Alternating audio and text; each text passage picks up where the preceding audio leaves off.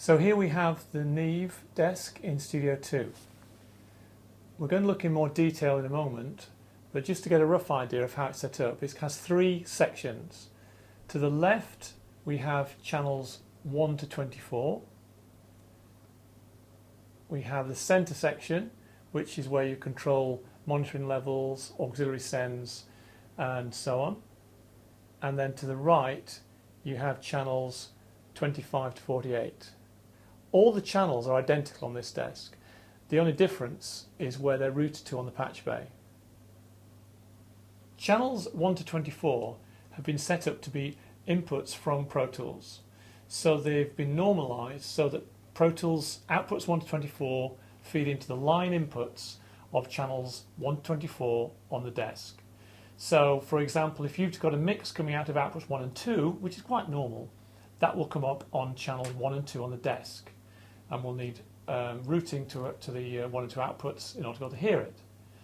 However, if you want to break out separate channels onto the desk and mix them on the NEVE itself, by pushing them out of outputs 1 to 24, they will then be normalized and come up on the line inputs 1 to 24.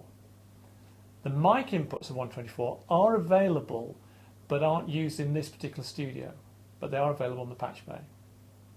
If we swing over to the other side of the desk, the channels are identical, but in this case the mic inputs of channels 25 to 48 are normalized to the mic inputs from the wall boxes in the live room of Studio 2. So you need to check this on the patch bay, but for example the first mic input of wall box A comes up on the first of that channel, which is channel 25, the second one on channel 26, and so on.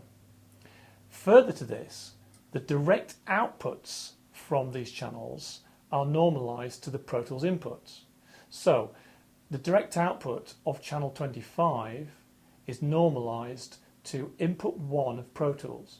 So if you plug a microphone into the first input on wallbox A and make sure that you've got the microphone input selected on channel 25, then the mic will come up there.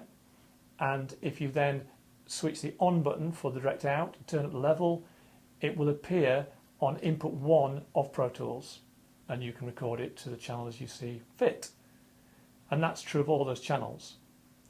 There are also a couple of things normalized to the line inputs. For example, at the very end we have the analog outputs of the lexicon effects unit normalized to line inputs 47 and 48, for example. But if you're using all mic inputs, then you'd need to route that somewhere else. And in the center section, as we mentioned, this is where you will use the groups, the red faders, to set up the surround sound levels into the SPL controller in the middle there, or the two blue 1 and 2 levels, make sure they're up for stereo monitoring. We'll come to that again in a second. And also control loudspeaker outputs. We'll look at this in more closely shortly.